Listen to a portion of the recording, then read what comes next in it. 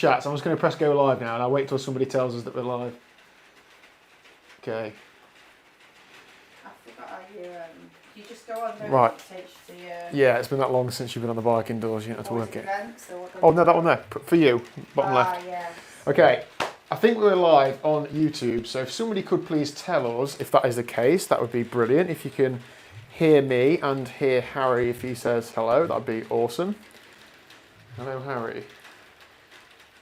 Yeah, I mean, I don't know what I'm going to do if it doesn't work, because I have honestly been pulling my hair out with this, so who really knows?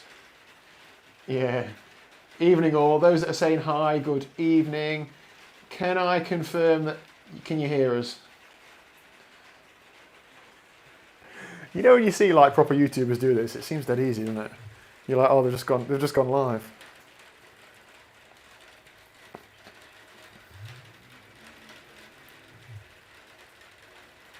You're live, someone said. Okay. All right. Perfect. Loud and clear. Okay, so firstly, I've got a couple of thank yous to make, like I'm making a speech. Harry, thank you for joining us. I do appreciate your time. I know you're a busy guy, so thank you very much. Hopefully you enjoy this as much as me and all the participants will. And also everybody who has joined in on this ride, or whether you're just on the live stream. The numbers have honestly like blown us away a bit, Liz, haven't they? I didn't really know what to expect, but when you start seeing the numbers of people saying they're attending go up towards like 70 or 80, that's pretty crazy. So I don't really know how we're going to cope tonight, but we'll see. Yeah, so what's happening tonight is Liz is in charge of the Zwift companion chat. She's going to be dealing with questions incoming. I'm going to be trying to keep an eye on the YouTube chat, but I can't get my TV to link to my laptop because there's too many things plugged in, so we'll do what we can. Harry, you and I are going to have probably a 10-minute catch-up at the beginning of this call, because we genuinely haven't caught up, right, have we, for a little while? Yeah, and then we'll go on to some questions from, I don't know, are they an audience? I see Twitch streamers talking about this as hi chat and referring to people that are commenting as chat. So maybe we'll just do that. Have you ever done a live stream, Harry? Oh. Okay, right. So for those that are on the ride, there is a workout built into the ride. The only reason this is put in there is so that we all stay together. You don't need to do the workout. If you want to, fine. If you don't want to, that's also fine. If you turn erg mode off, you will like stay together and you can put out whatever power you like. I have told Harry he's not allowed to use a fan tonight, so he's probably going to be quite hot. So I don't know if he'll be doing the workout or not. And just ignore the workout prompts that come up on screen. It is not Harry or I. They're saying they can't hear Harry. Okay. Can't hear Harry. Hang on. Okay. Hang on. Harry, just keep talking, and can somebody shout in if?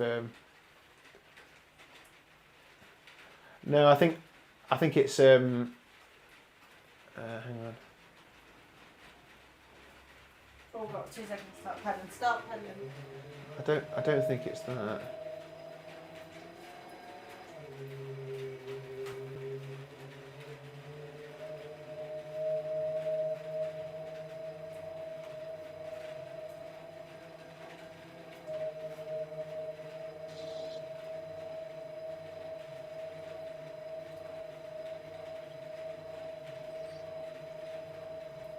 Hang on, keep talking. Can anybody hear Harry now?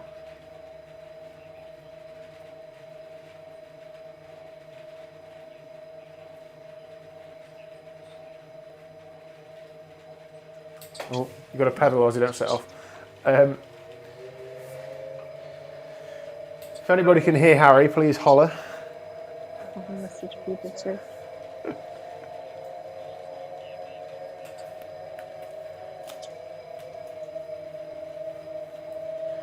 Okay, still knows. So yesterday, Liz and I tested this by being upstairs and downstairs, and it worked.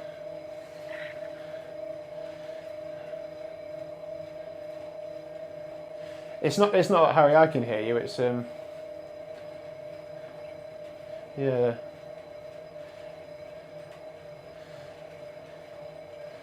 Somebody get Ed Leverack on the phone. Right, hang on.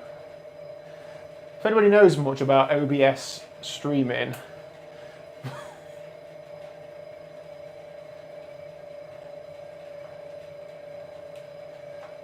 Very faintly, someone's just said. Oh, so Harry can hear you. Very faintly. So it's something to do with the sound setting, doesn't it? Oh man. Unless it's... Have you turned it on and off again somewhere? But...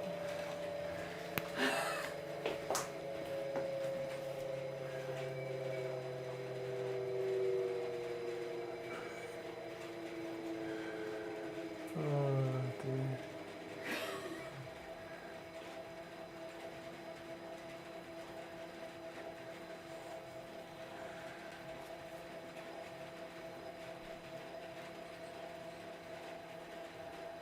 I was gonna do. I don't know.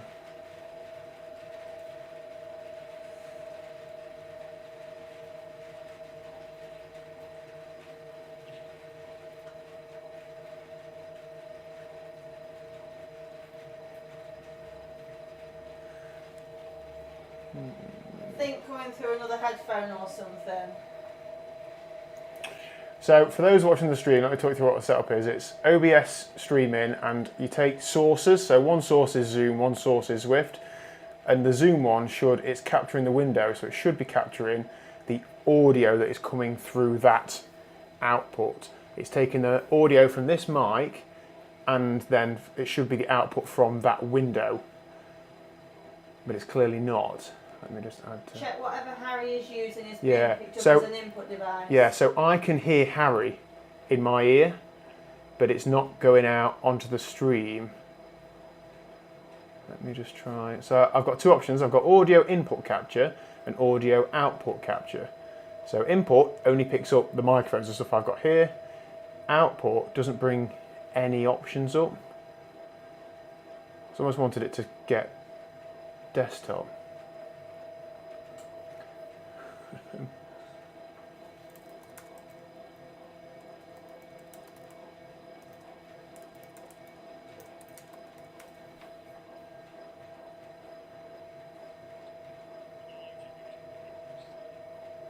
Hang on.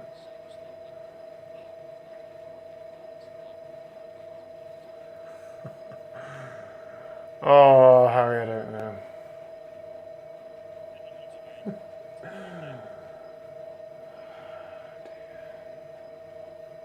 Is Harry's volume turned up? Yeah, so I can hear Harry Oh, quite yeah, of course, I can clearly. hear Harry as well. So no, Chris, you're hearing me from my microphone is where you're hearing me from. In fact, hang on, I can, if somebody's going to help us, I can actually put the screen on here.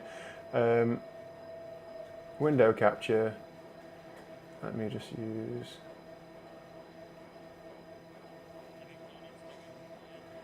no, it's just me, mate, hang on. Yeah, so I don't know if anybody can make head nor tail of that.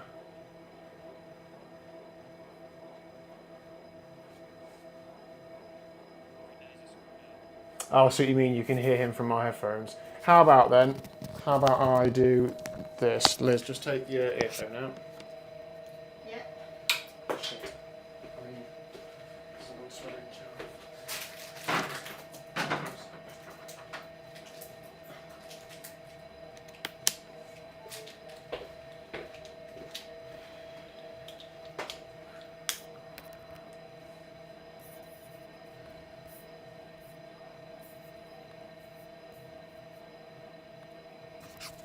All right, Harry, Hello. how about that? I can hear you. Can you hear me all right? All right, chat. Let me know if that's any better. Hopefully. Maybe they don't want to hear me. I don't think I'm that interesting. So I'm playing Harry through the speaker, and I've got a microphone right next to it. That should Fingers work. crossed. Yeah. Problem Yeah, is let us know. there's about a 30-second delay, Harry, between me talking and Charles talking and people hearing us. Okay, right. Yes, that's better. Yeah. Can hear Goodness Harry. for that. Right. Thank you for your patience, everybody. It is much appreciated. We're on. Right, so thank you very much for turning up. plan for today is, Harry, we're going to have a 5 or 10 minute catch up, and then we're going to open the floor to questions from these lovely viewers. So, where do we start? We haven't spoken for a few weeks. Looking forward to it. It's been a while. It has. We do normally speak quite a lot, don't we? People seem to think sometimes there's some sort of beef between you and I, but should we confirm that there is not? Yeah, I don't know where people get that from. I think it's just friendly banter. So, yeah, we do actually genuinely like each other, even though sometimes on social media it may not seem like that. Yeah. I perhaps won't go that far, but, you know. Okay, Well, right. okay. We tolerate each other. Yeah. All right, well, it's good to chat, Harry. So, you're just coming off the back of your first pro podium, am I right? What's your second podium? Correct. The screen on YouTube is changing back. They can't see you now. Oh, yeah. Oh, my God. Oh dear. Okay, Harry, you've just come off the back of third place at an Ironman 7.3 in Belgium, aren't you? Yeah, correct. Is this a breakthrough for you? Were you expecting it, or is this just like a little stepping stone? Yeah, I mean, I think it is. It is a little bit of a breakthrough with regards to a result. I don't think I've suddenly got, any fitter or any better. It's just been a bit of like a long time coming, and it's one of those things that you can train so well, but it always comes down to race day, and I think I've always been better at training than racing, and now I'm just learning how to race effectively, and it takes time to learn that in the pro field, and so this was a break race with regards to like race time. Going the race, so if things went my way, then I would have a good result, and they did. I was particularly impressed by your run, because you've been struggling with an injury for a while, haven't you? And I noticed through your Strava earlier, and as a result of that, you haven't been doing a great deal of running. In the last few weeks, you did pick it up. Where did that run come from? How do you explain that? Yeah, good question. I've probably come down to feeling pretty good off of an altitude with Chevalier and Freddie Webb, so that was definitely good. I think my body responded. I've never done altitude before, and I think my body responded really well to it, and I felt really good coming down from the altitude. And I've always been a fairly natural runner, and I think it just goes to show, like, I don't necessarily need crazy run volume to run well, and I just stuck to a decent pace. So I just felt in a really good rhythm. And so similar to what I said about the race results, I knew that if the stars aligned, then I would have a decent result. And it was a little bit of a question mark. I did think I was going to fade, but yeah, it's just one of those days where it just kind of managed to keep it together until the finish line. Good stuff. Now, we talk about YouTube quite a lot, don't we? And unfortunately, great performances aren't rewarded by views on YouTube, are they? DNS and bad days at the office are. But I thought that race day video you put out, and I know you're going to take credit for James's work, but I think that was the best one you've done to date. Do you want to perhaps talk a little bit about what your plan has been with race day videos this year, what work you've put into them, that sort of thing? Yeah, absolutely. I think you're bang on with that. It's one of those things that when things go well, you're like, yeah, this video did really well. And actually, people prefer to see stuff not go so well, which is hilarious. But yeah, the race day videos are always something that I think everyone's interested in. Everyone does triathlon generally to go to some sort of race. So when they see race day videos, I think people love it. It gets them hyped up, gets them inspired and motivated, and that's part of the reason for, I would say, maybe both of us doing our own channels. And so that's why I really enjoy the race day stuff. And yeah, when I got James involved to help out with some content, it was obviously documenting the training, but I loved taking it into the race just to get some really great content. In Belgium, we managed to get him a media pass, so that helps out a lot, just getting in behind the scenes. in different places that people normally wouldn't be able to get to with cameras. So I think that helped out a lot. And then I think James also, like, he's just learning how to shoot the sport and how to get really good content, and he's getting better and better every single time, and it's really nice to see and watch him develop as I develop as well. And I think seems to be going really well, and hopefully we can continue to produce some really high quality content and results at the same time.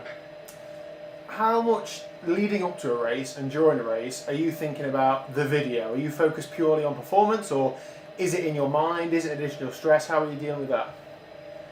Yeah, so I think I always used to stress a little bit more about the content side of things, whereas now I try to focus a little bit more on the racing, because it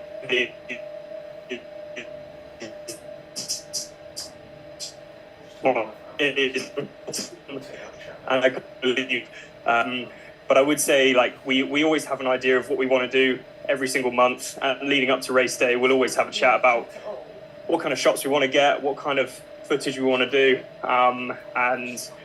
and yeah, so we always have an idea. But I think because the sport is developing so quickly, I really kind of need to focus a lot on the racing, because it's just fierce, it's fast at the minute, and can't really take your eye off the ball. Yeah. So you know how to phrase this. How important is social media to you as an athlete, trying to either get partners on board or trying to progress as a professional?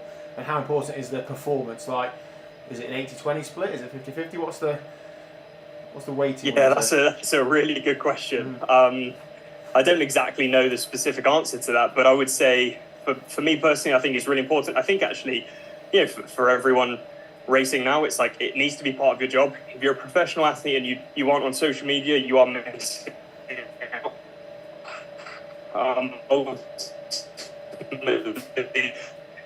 to sponsors them, or to get people to recognise you. You never know who you meet. It's an opportunity to, getting sponsorship and getting money from people, getting products from people. That's not what it's all about, but it does obviously help. And the other side of the thing is, for me as a coach as well, is social media is very helpful. As soon as I get a decent result, whether this is,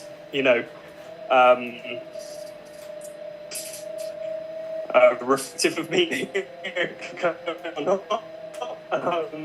suddenly people seem to get interested and think, oh yeah, I'll contact about coaching. So that side of things as well. So it's kind of it get the ball rolling in all aspects of my life, which is obviously really helpful. It's like kind of all encompassing. I noticed a while ago the PTO put up an Instagram post, and they were almost comparing Sam Long and Lionel Sanders head to head, and they had all their race results on and their rankings and stuff, but they also put on their YouTube and Instagram followers, and there was loads of comments, some people disagreeing with it, some people thinking it was great, and I just thought it was interesting how the PTO are recognising things like that. So, and I was listening to a podcast earlier all about a gravel racing series in America, and you have to be ranked. You have to be ranked in the top 35 in America to get picked for this series, and they take into account social media. So, incredible.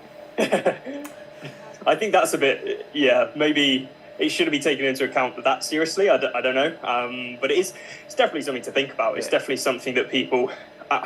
I know so many people that hate social media and they don't want to be on social media, and I respect them for that. I don't think social media is it's not the be all and end all. Sometimes it's actually quite I think we both experienced parts of social media that are quite dark and quite then it's not exactly the nicest people around, but also it does bring a lot of benefits as well. And I think you need to think about those benefits rather than the negatives, and especially in a sport where there's not a crazy amount of to try and promote it as much as you can.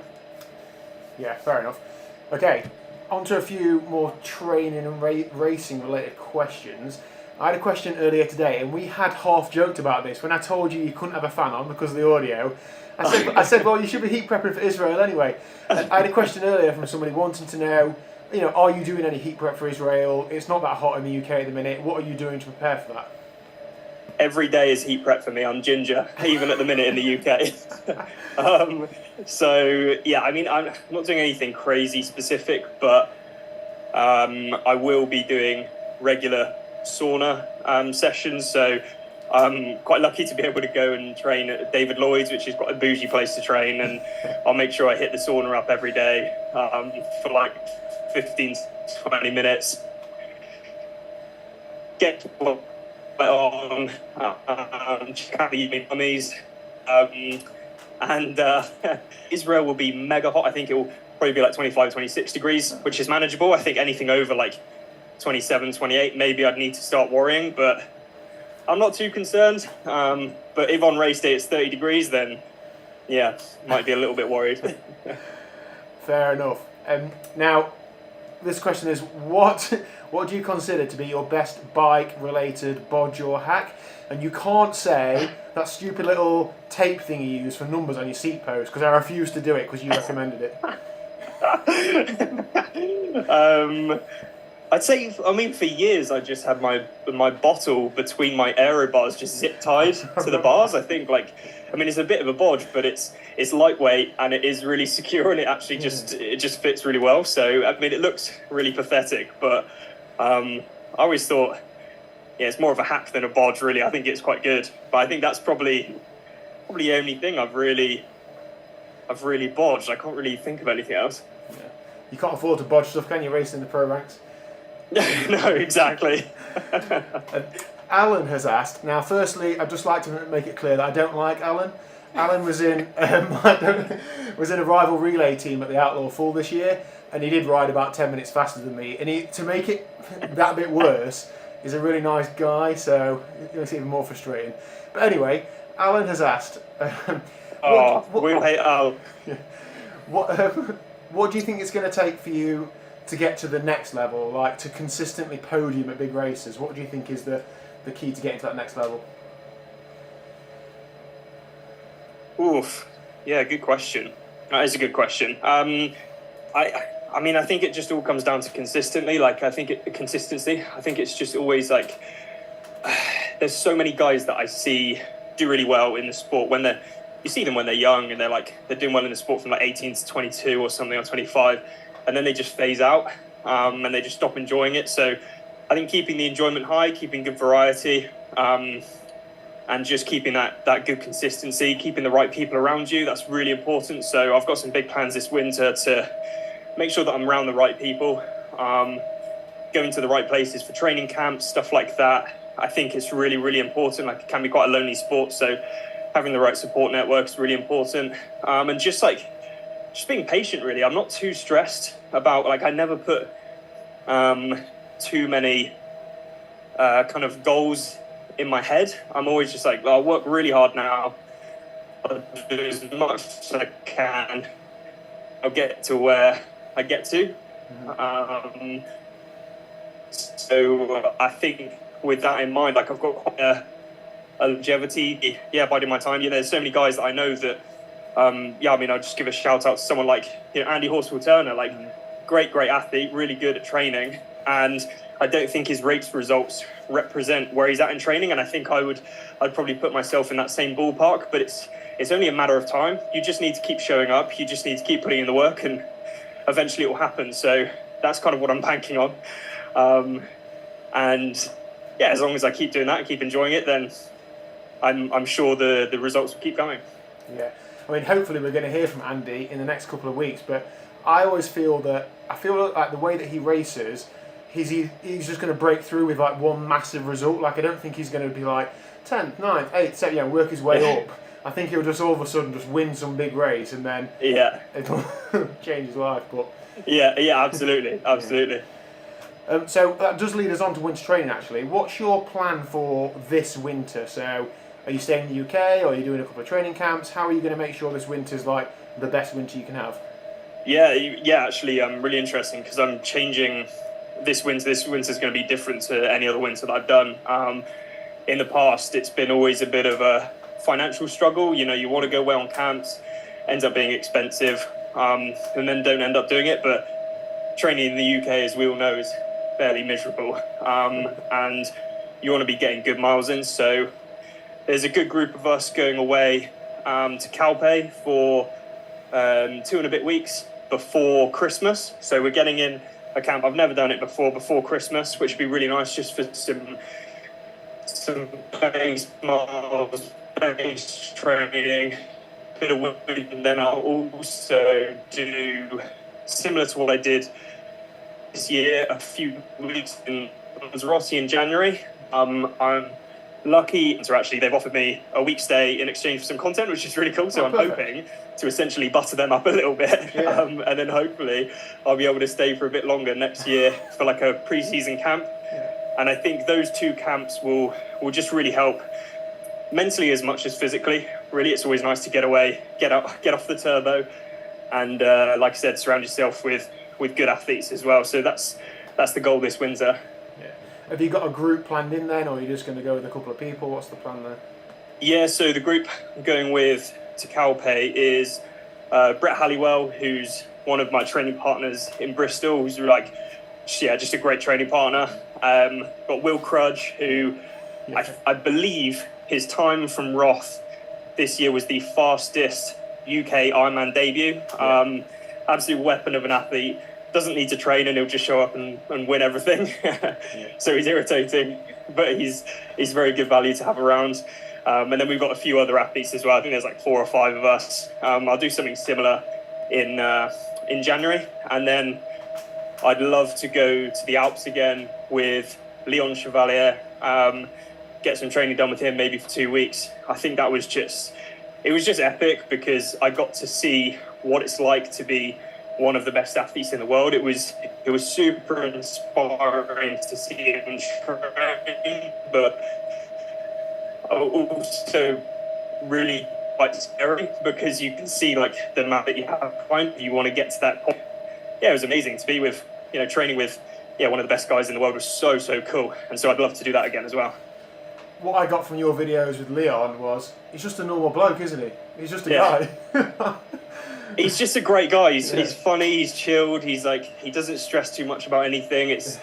I think that's why he does so well. Is he's obviously got a lot of natural talent. Don't get me wrong, but he works his arse off, and he's just relaxed about things. He just enjoys everything he does, and I think it comes back to that. If you enjoy it, you're just going to be better. If you have to like really stress to get yourself on the bike or out on the run or whatever, then it's only a matter of time before you give up. Whereas Leon, like, I just don't see him giving up. It's just not an option for him, and that's why he's one of the best in the world. He just absolutely loves what he does.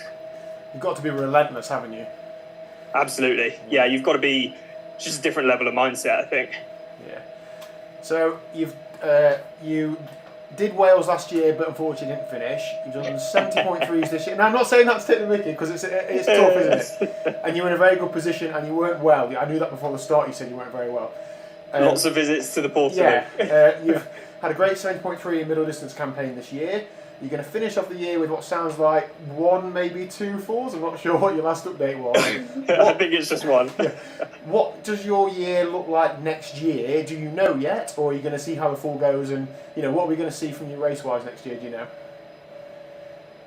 Yes. So, I'm definitely going to do the chance. I've already qualified for. I thought it was really good. So I'd love to, go a little bit better next year. I think it's a course that suits me. It's pretty flat. It's pretty fast. And I think being a slightly heavier guy, like it does go like play to my strengths. I definitely want to go to New Zealand for the World Champs. That's going to be expensive, so we'll have to figure that out. Yeah, which you've qualified for, haven't you? And also, sorry? Which you've qualified for already?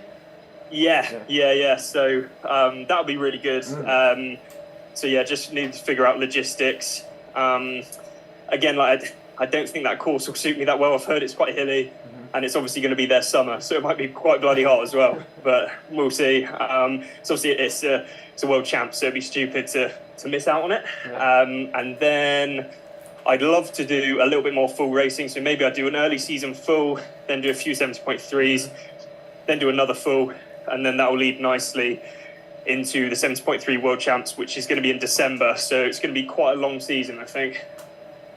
Good stuff. Thanks for that, Chris. question from Grant Johnson, who is a great triathlete, by the way, and especially gifted runner. He's asking, how important is the swim in the pro races now? It seems like a lot of time and effort is needed to improve seconds and minutes. Does it make or break a race? Absolutely. Yeah, I think the swim, I would say 70.3, not quite Ironman racing yet. I would say 70.3 racing is up to you right now. It's like the swim is so important. You know, back in the day, you used to have like Lionel Sanders or Sebastian Kienle. They would come out the swim and they'd be able to ride up to the groups absolutely fine because they were Uber bikers. Everyone's so good now. Everyone's so strong. Like if you come out of the swim, even like 90 seconds back, you're probably not going to catch that front group if they're working well together. And then you've got to be a pretty bloody good runner as well. So it's really important to set yourself up well for the swim. Like you've seen it in recent years, Lionel Sanders just hasn't really been able to perform as well as he used to, purely because his swim is just not as good as other people. And if you've got a good swim, you're automatically in a good position. You don't need to overbike unless you're Andy Horsfall-Turner and you love overbiking. And then yeah, you're in the race automatically. So I think the swim is super, super important. Fair enough. After you've raced, Jonathan Evans, another good athlete, he's asking, how much do you ache after a tough race? So speaking from the experience of being an amateur age grouper, some days I'll do a race and I can't walk for 2 or 3 days. Do you get that same thing, or is it because you're more highly trained, you recover faster? No, absolutely. I get the same thing. Yeah, it's always the same. I think it's sometimes for small, sometimes it's less. I don't know why that is. Probably down different courses, different conditions, all of those types of things. But yeah, I mean, it's always a good few days. To be honest, I never find myself feeling good really until the kind of Thursday, Friday after the race. It always takes a few days. So I don't think you need to worry too much about that. I think it's quite normal. Okay. Do pros still get a t-shirt and a medal after at the end of an Ironman race? We do. I always give them to my mum, so she's got loads of them bloody hanging up somewhere. Brilliant. Kev's asking, how are you finding the run slower to run faster training? Is that something you're doing, or are you finding it's working? Yeah. I'll tell you what, this goes back, I know I've mentioned his name quite a lot, but Leon, he literally runs his easy runs at like 6-minute Ks, and it just means you don't carry that fatigue through. Now, I don't go to that extreme, and maybe if I did, I'd be even better.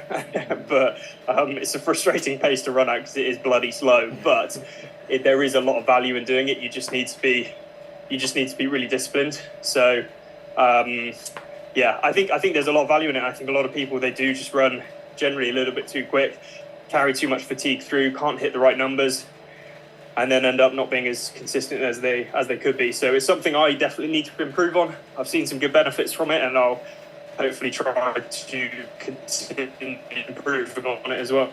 Yeah, I guess, I'm sure some people 6-minute Ks is still quite fast, myself included, but I guess it's a percentage of like your race pace, isn't it? So it's like race pace plus at least a couple of minutes per K is an easy pace. Yeah. Okay. Absolutely, yeah. Sorry, I don't mean to insult anyone up there. Sorry.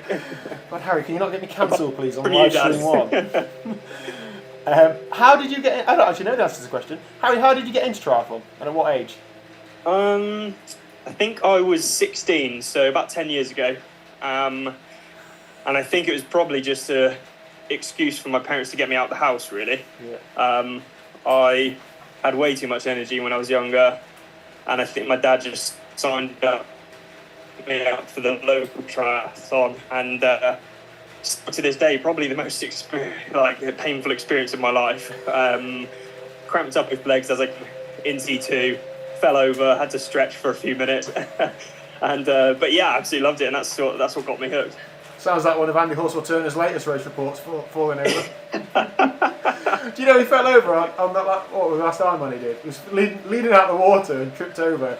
And he gets a bonus if he's first out of the water, and he got back up and absolutely sprinted to the timing chip map. It's so funny. I mean, some of the stories he's got are actually amazing. Oh dear. What's your nutrition plan for Ironman Israel, and does it include a dry bagel? Does it include dry bagels? Probably no dry bagels. Yeah, so breakfast I'll always have lots of toast and jam, some precision fuel and hydration, and then on the bike I think I'll probably try to consume close to 100 grams of carbs an hour. Electrolyte wise, maybe sort of 750 to 800 milligrams of sodium an hour, and then anywhere from 750 to a litre of fluid an hour. So it's quite a bit. I need to think about the orientation of my bottles. Currently on the bike, I've got probably a 500 between the bars. I'll maybe have a 500 or a 750 on the down tube, and then a litre behind me. Maybe think about a bladder down the front. I don't really know. And then it's just up to kind of grabbing stuff at aid stations as and when you need it, really. Yeah. Okay. Now, I think we're all in agreement you're very much at the beginning of your triathlon career, but what are your plans post being a professional triathlete? Have you thought that far ahead or not? Lots of beers, sit by the sea, and have a good time, basically. Probably retire down in Devon and become one of the locals. Just have a chilled life. I honestly I don't really know what it's going to look like, but I'd love to continue to be involved in the sport, whether that looks like a coaching role or something like that. I mean, I don't know where the channel's going to go, so maybe that'll be something to explore. I really do enjoy like videography and stuff like that, so maybe that's an avenue to go down. Lots of different avenues, and I think I'm just going to work hard every single one of them and see what happens. You know, once I get fed up with training 30 hours a week, maybe I'll do something else. Somebody's asked, what was your biggest learning point from Ironman Wales? I would like to add, Harry, you weren't very well that day. So maybe if I could suggest not racing when you're physically ill, but have you got any other learning points? Don't race when you've got E. coli. That's not a good idea. Biggest learning experience. Ironman's a very long way, so that's probably quite a lesson to learn. I don't really know because it just was not a good day. So don't race when you're ill, because honestly there are long-term implications. I was nothing good for 8 months after that. So I'd say race day isn't a lot of money on these races, and they mean a lot to them, which I respect so much. And you put a lot of time and effort into it, but also if you're not feeling good on the day or the days before the race, you just got to think about your own health and well-being. And I think that's it's important lesson to learn. And the video, Harry. Think about the video. And think about the video as well, because that's exactly. What was your nutrition on the bike in Belgium? If you had time to eat or drink anything, because it looked pretty flat out. Yeah, so what did I have? I think I had 110 grams of carbs an hour. That's a lot. On the bike, I actually ended up on one of the cobbled sections. My rear bottle, or the bottle cage, actually came loose, and so I had to grab the bottle, and maybe I only had half of that bottle before I chucked it down my front, and then ended up forgetting about it, really. So I don't feel that much for the rest of the day. On the run, it's always just a case of my stomach's always a little bit fragile, so I just get in what I can. Lots of Coke, lots of water, and some gels if I can manage it, really. Good stuff. Who do you think is going to win Kona this year? It's really tough to predict. I mean, there's so many. I mean, it's probably, the star list is just insane, isn't it? So, I don't really know. I suppose you're friends with some of them, so you almost can't pick one, can you? Probably a decent. She's a decent athlete. There's so many good names. Honestly, I don't think you can put money on anyone because it could be anyone's day. Like it's a ridiculous start list. It's so good. Yeah.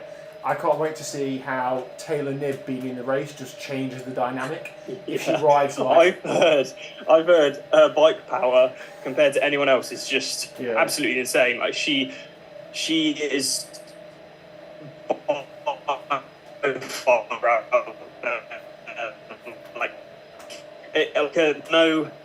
I know like a male equivalent would be someone like Magnus Ditlev, but even if Magnus Ditlev was the Nib, like she's that good. Yeah. I think to get picked for, so she's riding for Trek Segafredo, isn't she, for some races. To get selected for a World Tour team, like you've got to be absolutely. We know that she's world class, but absolutely top tier. So. Yeah, there's a difference between like decent triathlete cyclists and very decent pro cyclists. Like it's it's a big spectrum, and there's a big difference there. Yeah. Can I just jump in? Yes, you can jump in, Liz. Hang on. I've got to try and Yeah, remember. go on. No, I can hold it. You can talk. Oh. This is my pet hate, by the way. People that buy these wireless microphones then hold them. Anyway, go on. Somebody asked on the ride. Sorry, I didn't see who it was. It kind of flashed before my eyes, but it was something along the lines of Camworth just does cycling. So, well, I can't remember exactly what it said. So, Camworth cyclist. Would Harry ever consider just going to one sport? Oh, okay, yeah. Something along those lines. Sorry. Yeah, good question. I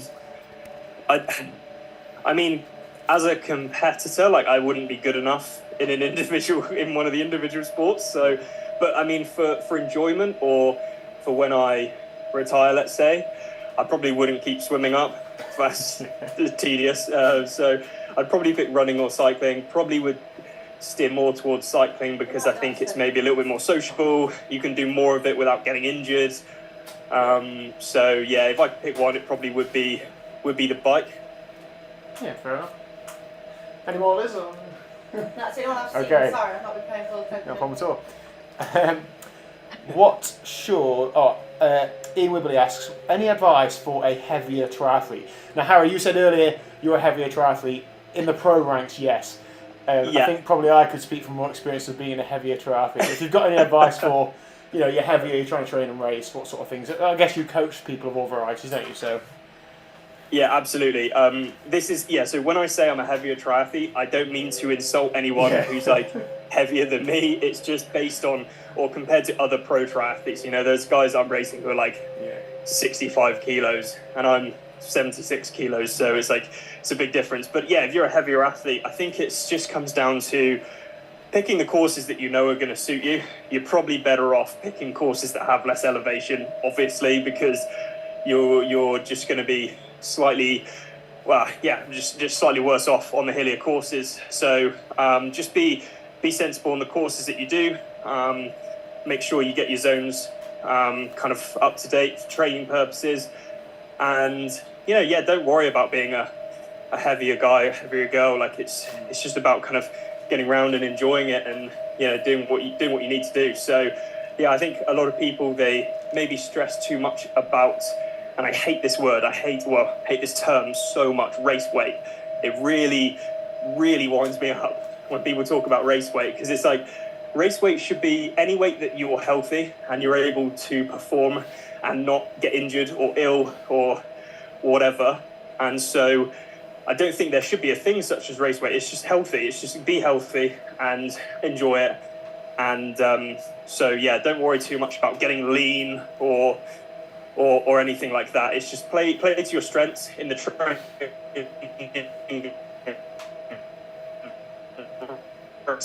and enjoy it. Yeah.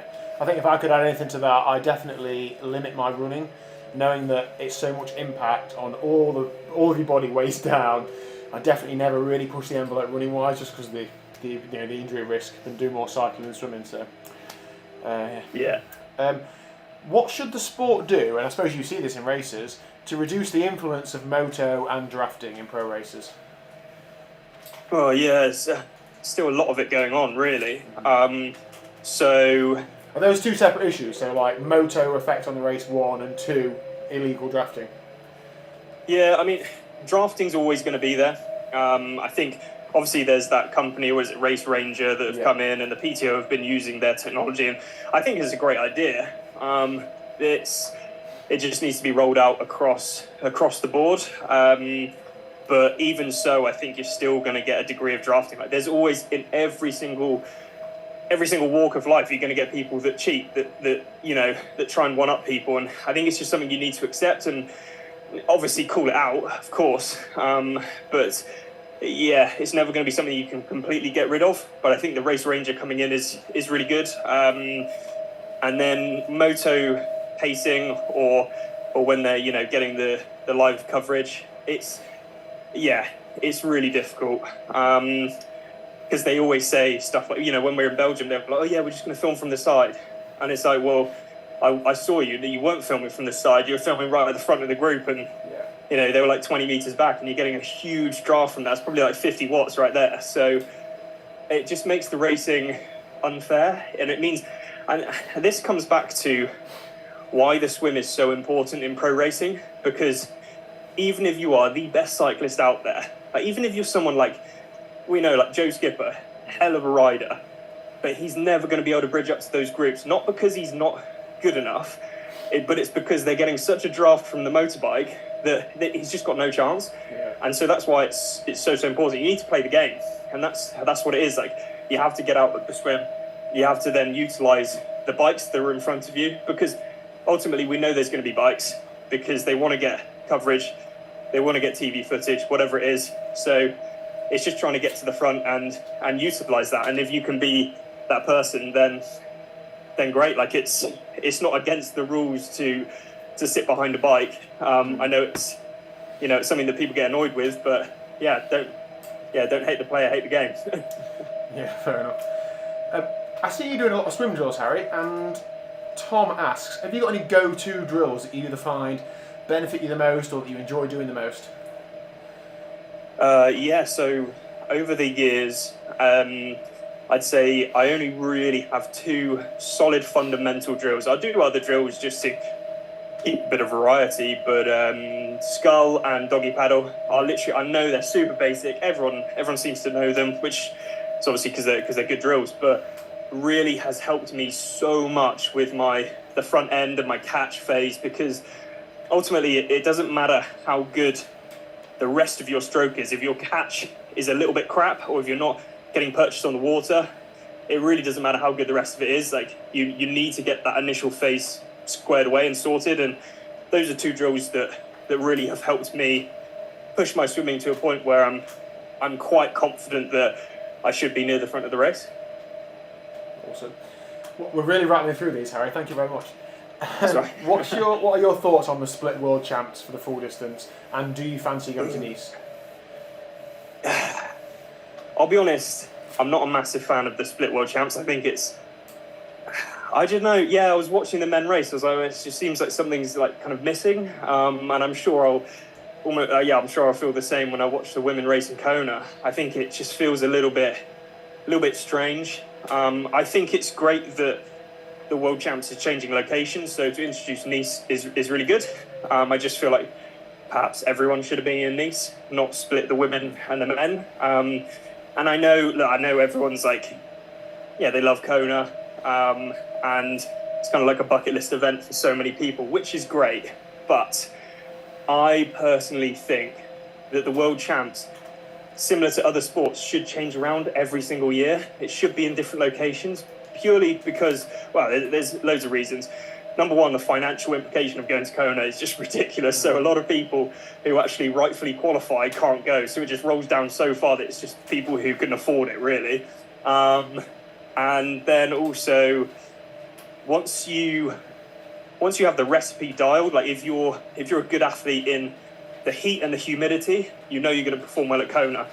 And so it caters to a certain type of athlete. But if you're an athlete who isn't good at that stuff, you know you're never going to perform well at the World Champs. Whereas I think it should go to different locations, different types of climates, different conditions. And if you can perform well across the board, that means you're rightfully the world champ.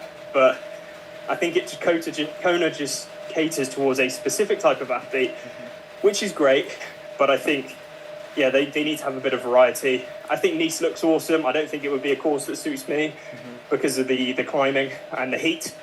But it would be nice to see the world champs go around the world and be an actual world champs. And I occasionally come back to Kona, but it'd be nice to see it have a little bit of variety and cater towards other people's strengths rather than just a specific type of person. Yeah. Okay. Do you ever work on your running technique? I don't, and it's probably something I should do. Actually, well, you know what? We do a lot of running.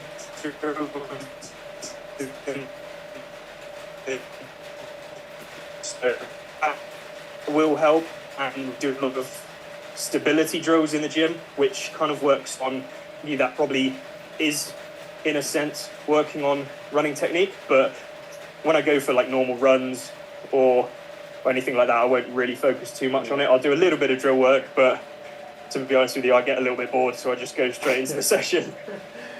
Yeah. Next question from Lee Tunnicliffe. Fun fact about Lee. Lee used to be on the same bike racing team as Joe Skipper, and he's got some brilliant stories about them both missing the start of races and stuff. Anyway, Lee asks... Why does that not surprise me? Yeah. Lee asks, before you were a pro, which pros were inspirational to you? That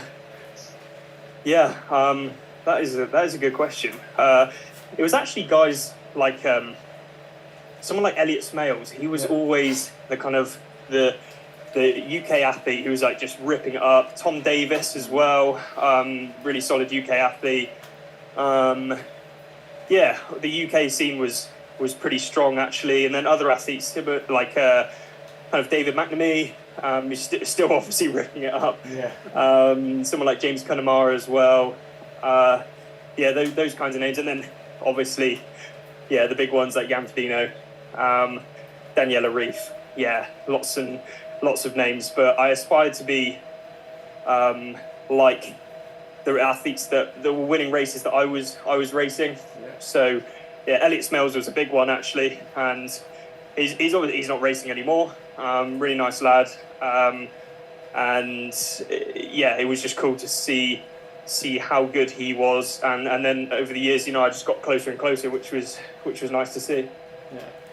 Do you remember 2020 when the PTO sponsored Outlaw X, and there was like, it was the Ruth Assel, Kat Matthews, pretty sure Lucy Charles was there. Like it was like stacked, and now you look back at it, like they've all gone on to great things, and it was just my local middle distance event. Awesome. It's awesome to see, isn't it? Yeah. And I think Tim Don did that one actually. Tim Don, yeah. What is the most embarrassing kit failure you've had during a race? And you don't need to show us if it was a clothing malfunction. Kit fail? Kit failure. What's the most embarrassing kit failure? Like either you've forgotten something or done something wrong or something's broke or... That is a good question. I mean, I don't know if this is... Yeah. I mean, I always struggle to get my wetsuit off, so that's probably a kit fail. What else? I did... One of my first triathlons that I did, actually, no, I don't think it was one of my first, but I'll say it was because it makes it sound a little bit better for me. I ran out of T2 with my helmet on, so that was a rookie mistake. I think that was like Western Supermare Sprint Triathlon. World champs. So don't run out of T2 with your helmet on. Yeah. If money was no object and you were still a triathlete, where would you want to live? I mean, you're in that situation now, right?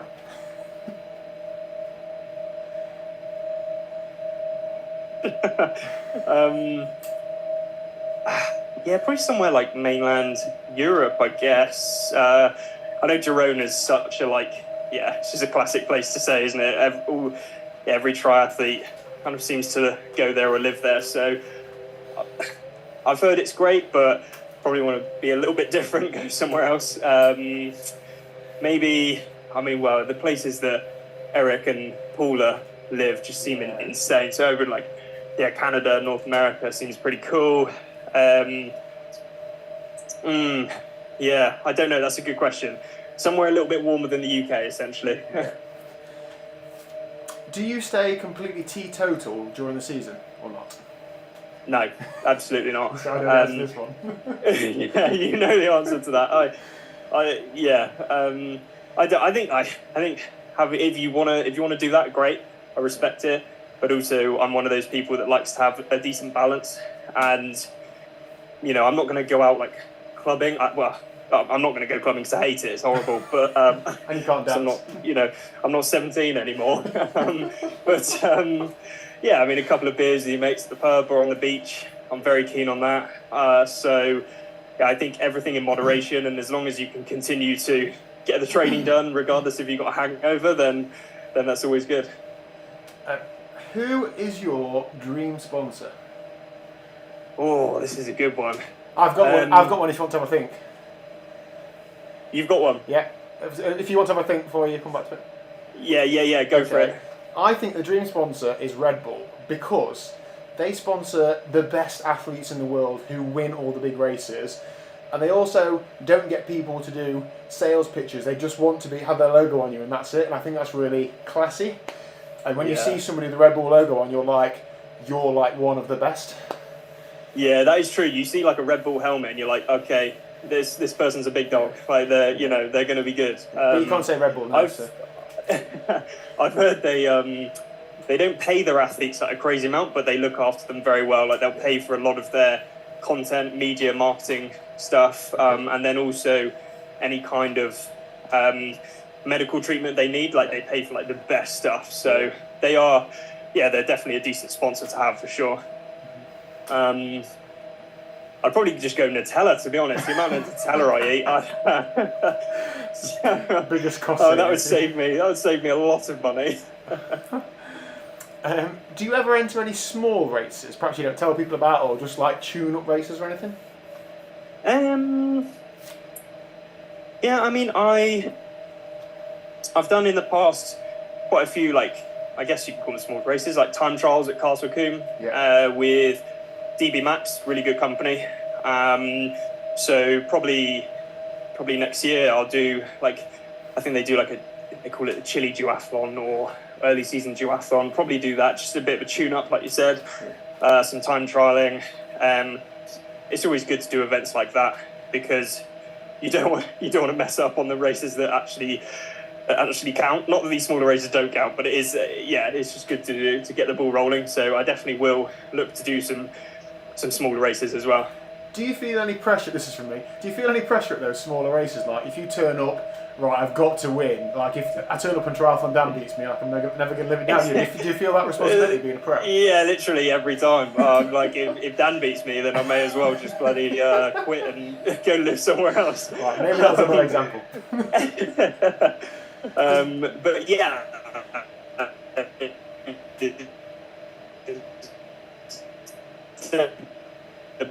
Like, do well. I'm just a little bit shit, so that's maybe the reason why people are beat me. Yeah, because there's some very good age groupers, aren't there? If somebody turns up tapered and trained specifically for an event, and you're deep in a training block, like it's risky, isn't it? Actually, you'll love this. So I did. I can't remember when it was, but it was a sprint triathlon down in Devon. Oh, where was it? Taunton or something, and. So I did the race, and I was like, I know I've won it. Yeah. So it's pretty chill, like a bit of a legend. And then I look at the results, and I was like, Donald Brooks beat me. I was like, oh, seriously, come on, man! Like, you beat everyone, and you're beating me now. What's going on? Brilliant. Well, he's won everything this year, hasn't he? Shout out Donald Brooks. Oh, he's an absolute. I don't know how he does it. Absolute hero. I know how he does it because when I roll over in bed in the morning and look on Strava, he's done like 4K in the sea and I'm still in bed. It's like the guy just doesn't sleep. He's just absolutely on it the whole time. Yeah, fair play. What's your go-to celebration meal and drink? My favourite drink would be the Doom Bar. That is an amber ale from Sharp's Brewery, and it's absolutely gorgeous. So I would have one of those, or maybe more than one. And then meal, I just love like a decent burger, a decent like gourmet burger. That would make me a happy man. Good stuff. This last couple of ones, pardon? I've got. You got one? Oh, yeah. What's been your best race to date? So don't necessarily have to have won or anything like that. Just what's been your best race, your most memorable race? Great question. Ooh, that is a very good question. I'm trying to think now of most memorable race. I don't want to say now 70.3 Belgium because you're just going to be like, oh, it's because you won. I don't really know. What about? I think they're all. I've got one. It's probably up there. Bowood Outlaw a couple of years ago. I was up the road after a great swim, and it took you ages to reel me in, and you came past me on the bike. That's got to be up there, surely. Yeah, that was pretty good fun actually. I did really enjoy that, and actually the bits of content that we got before were quite funny. Yeah. So, that was a good one to do, and actually really nice to be able to roll out of bed and just go like 30 seconds down the road and have the race venue there. So, that was pretty epic. Yeah. Awesome. Okay, I'm going to assume that most people have seen your YouTube channel, Harry, but if they haven't, it's Harry Palmer. Please do check it out. What are we going to see on your channel in the next few weeks and months and over winter? What are we looking out for? So the following week, I'm going out to Club de Santa for a week. So I'm going to take James with me, and we're going to be doing some filming of the facilities out there and the training that I'm doing with the lead up to Israel. So really, from now until early November, it's all about the lead up to Israel. Going to be talking about not only the training that I'm doing, but all of the equipment that I'm going to use, anything that I'm going to be changing.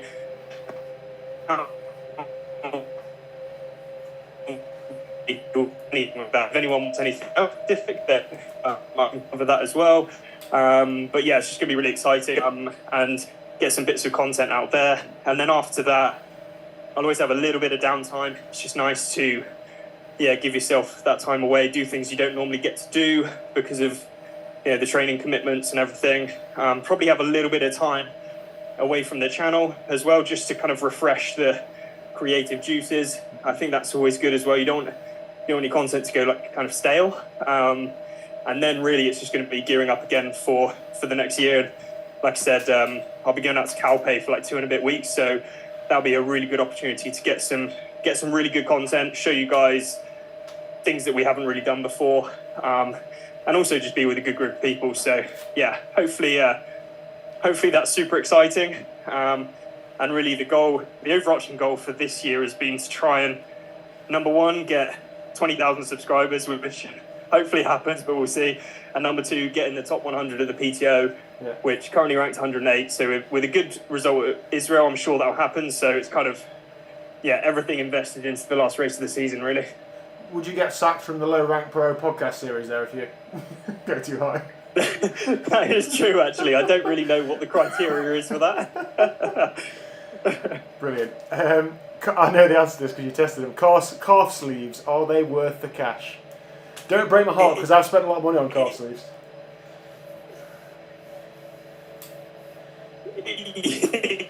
Yeah, I'm going to try carefully.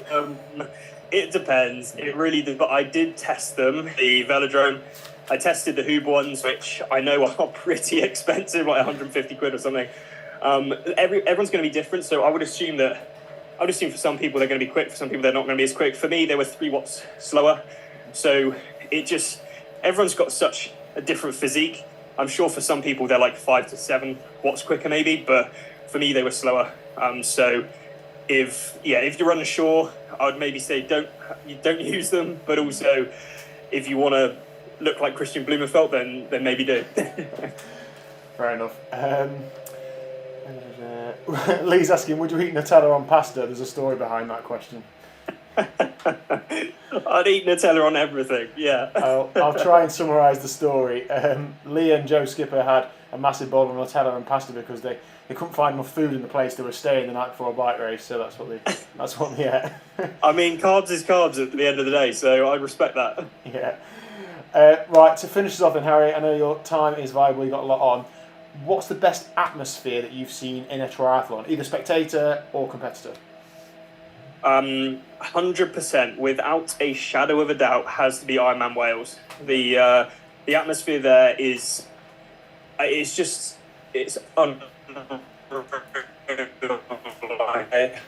experienced anything quite like that. It is just absolutely the amount of people that get behind it. And that's why people love the race, right? And obviously, wow, like absolutely incredible. You've got the streets lined with people, everyone gets behind it, and it's just makes all the hard work worth it when you go to race day. I've heard also that Cork is equally as good.